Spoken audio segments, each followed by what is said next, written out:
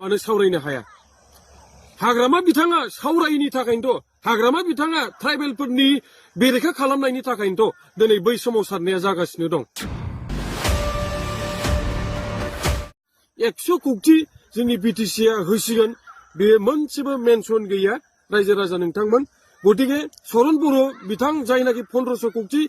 आसाम सरकारनिफ्राय मोनबाय होननाय जोंनि बिपिएफनि लाइमोन दैदेनगिरिफोर जे जायनाखि लाइमोनफोरनो 100 कौटि रांखौ होनाय जासिगोन होननाय बाथ्रा बेयो 100% नंखाय बिटिसिआव मानगोनां हाग्रामा महिलारिनि गोदानै सोरखार बे सोरखारानो दिनैहाय लाइमोनफोरखौ थगायजेनबाय थांनाय जितु जानानै थांनाय बिटिसिनि बाजेट सेसना टटेलि 250 क्र'र आरो बिथांमोननि लिडारफोरा दा बुंगासिनो दं जे थांनाय बिटिसि इलेक्शनाव जाबायदि खोथा होदोंमोन लाइमोनफोरनो 100 क्र'र होनायनि 100 क्र'र स्किम होनायनि बे स्किमखौ सोर मोनखो रायजोफोर बयबो कमेन्ट बक्सआव कमेन्ट खालामलाय बिपिएफनि लाइमोन गांखं प्रेसिडेन्ट कास्टम बसुमतारिया गावनि फेसबुक पेजनि गेजेरजों फैनानै ओरैबायदि खोथा बुंगासिनो दं होसिगोन मासिगोन हाग्रामा महिलारि सारा जेरैबायदि खोथा होदोंमोन बिदिनो मावनो थांगासिनो दं होननानै जा बाखनायगासिनो दं नोंथांमोना नायला भिडिअ क्लिपखौ जे बिटिसिर जे उइन्टार बाजेट सेसनाव तेखेते যুৱসকলৰ কাৰণে 100 কোটি টকা বাজেটৰ তেखेতে লৈ আহিছে नोंथांमोना गोसोआव दंना जे बिथांमोना बिटिसिआव गोदानै सोरखार दानो हायोब्ला पावाराव फैफिनोब्ला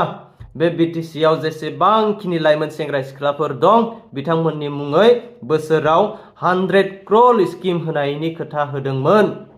नाथाय नुनानै मोनबाय दाखालि बावै बिटिसिनि एसि मिटिं जानानै थांबाय बे मिटिंआव बिथांमोना बै लाइमोनफोरनि थाखाय 100 क्र'र होनायनि जेबो थांखि लानायखौ नुनो मोनाखै अब्ला बेसे दुखुनांथावना हाग्रामा महिलारि सारनि बिटिसि सोरखारा जोंनि बिटिसि हालामनि लाइमोन सेंग्रा सिख्लाफोरनि गोसोजों सेन्टिमेन्टजों इमोसनेलजों मानो गेलेदों जुदि पावाराव फैखांनायनि उनाव लाइमोनफोरखौ बिदि थगायबाय थायोब्ला फैबाय थानाय समफोराव नोंथांमोना गेसाव फिथाइ मोनजागोन बेयो रोखा बयखौबो खुलुमग्रोबाय माखासे सान सिगां आसामनि मिनिस्टार सरन बर' बिथाङा जे जोंनि बिटिसिखौ 4 मास सालायनो थाखाय आसाम सरकारनिफ्राय 1500 कौटि मोनबाय होनदों बेयो 100% नंखाय आरो जोंनि युथनि लाइमोन दैदेनगिरिफोर बिपिएफनि बिथांमोना जे थांनाय बिटिसिनि बिसायख'थि समाव हाग्रामा बा बिपिएफआ जायनाखि गेरेन्टि लादों होदों जे लाइमोनफोरनो बोसोरे 100 कौटि रां होगोन बै रां होनायाबो नंखाय रायजोफोर साननैसो सान सिगां जोंना बिटिसिनि गोजां बोथोरनि एसेम्बलि जानानै थाङो बै एसेम्बलियाव जोंनि बिटिसिनि बाजेटनि सायावबो सावरायनाय जायो नाथाय बै बाजेटखौ लानानै जे बिपिएफनि माखासे लाइमोनफोरा भिडिअनि गेजेरजों हाग्रामा बिथांखौ बाख्नायफ्लानानै जोंनि रायजो राजाफोरखौ थगायदों जे लाइमोनफोरखौ थगायदों जे लाइमोनफोरनो जायनाखि 100 कौटि होनो थाखाय गेरेन्टि होदोंमोन बेखौ होबाय होननानै नाथाय जोङो बै थांनाय गोजां बोथोरनि एसेम्बलियाव बाजेटनि सायाव सावरायनाय रिपर्टखौ नायब्ला नुयो जे बेवहाय सरन बर' बिथाङा आसाम सरकारनिफ्राय जे 1500 कौटि बिटिसिखौ 4 मास सालायनो थाखाय मोनबाय आरो लाइमोनफोरनो थाखाय जे 100 कौटि जोंनि बिटिसिआ होसिगोन बे मोनसेबो मेनसन गैया रायजो राजा नोंथांमोन गतिके सरन बर' बिथां जायनाखि 1500 कौटि आसाम सरकारनिफ्राय मोनबाय होननाय जोंनि बिपिएफनि लाइमोन दैदेनगिरिफोर जे जायनाखि लाइमोनफोरनो 100 कौटि रांखौ होनाय जासिगोन होननाय बाथ्रा बेयो 100% नंखाय आङो स्क्रिनाव होगोन रायजो राजा नोंथांमोन बै बिटिसिनि बाजेटनि सायाव सावरायनायखौ बेयाव लिरनाय दं जे एरियार फिक्स पे फर 30 मान्थ्स माने फिक्स पेआव मावग्राफोरनि थाखाय 13 कौटिनि बारा ओमफ्राय नन सेलारि कम्पनेन्ट्स पार्टेनिं टु काउन्सिल लेजिस्लेचर बिनि थाखाय 7 कौटिनि बारा ओमफ्राय बिथांमोना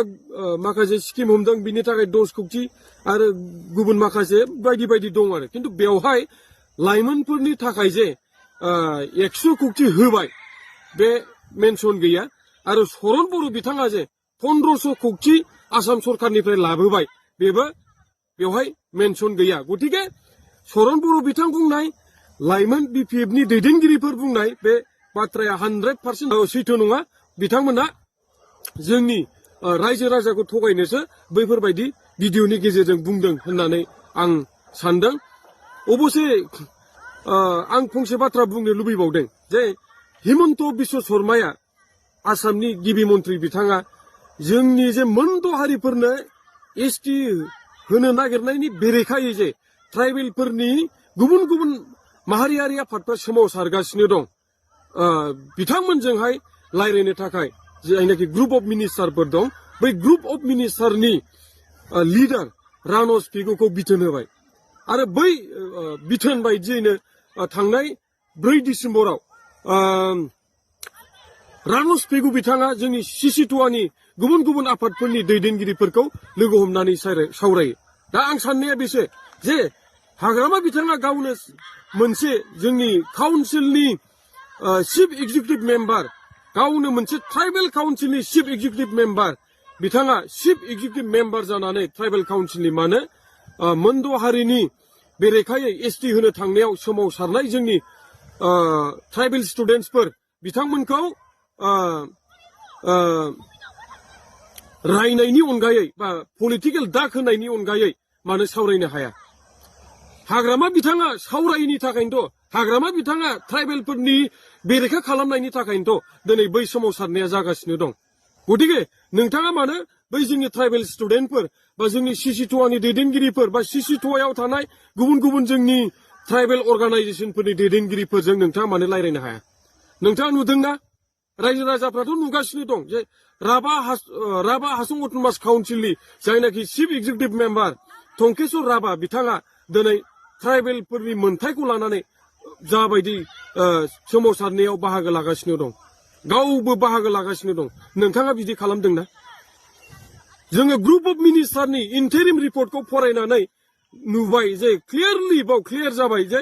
थाखानाय ट्राइबेलफोरनि जायनाखि मोन्थाय बियो गाज्रियैनो गोहोम गोलैसिगोन दा बे गोहोम गोलैनायखौ मोनथिसेयावबो दिनै हाग्रामा नोंथाङा मानो दिनैहाय जोंनि जायनाखि मोनद' हारिनो एसटि होनायनि बेरेखायै सोमावसारगासिनो दं बै सोमावसारग्रा हान्जाफोरजों मानो नोंथाङा दिनैसिम रायज्लायनो हायाखै मानो राजनितिक दाग होनानैसो दिनैनि दिनाव बै सोमावसारनायखौहाय नोंथाङा फोजोबनो सानखै नोंथाङा बे मोनद' हारिनो ट्राइबेल एसटि होनो नागिरनायाव मोनद' हारिनो एसटि होनानै थाखानाय ट्राइबेलफोरनि मोन्थायखौ फोजोबनो नागिरनायाव नोंथाङा सोरजों सापर्ट दं नोंथाङा ट्राइबेलफोरजों सापर्ट दं ना ट्राइबेल नङिफोरजों सापर्ट दं बेखौ नोंथाङा स्टेन्ड होनांगोन नोंथाङा बे सोमावसारनायाव एसटिफोरजों दं ना नन एसटिफोरजों दं आरो नोंथाङा बे सोमावसारनायाव जुदि एसटिफोरजों गैफाया अब्ला जों नोंथांखौ जोंनि सिक्स सिडिउल काउन्सिलनि चिफ एक्जिकिउटिभ मेम्बार जोंनो मानो नांगौ नोंथाङा जुदि खैफोदनि समावबो ट्राइबेल माहारिफोरजों ट्राइबेल हारिफोरजों गसंफानो हायाबा जोंनो नोंथांखौ मानो चिफ एक्जिकिउटिभ मेम्बार हिसाबै नांगौ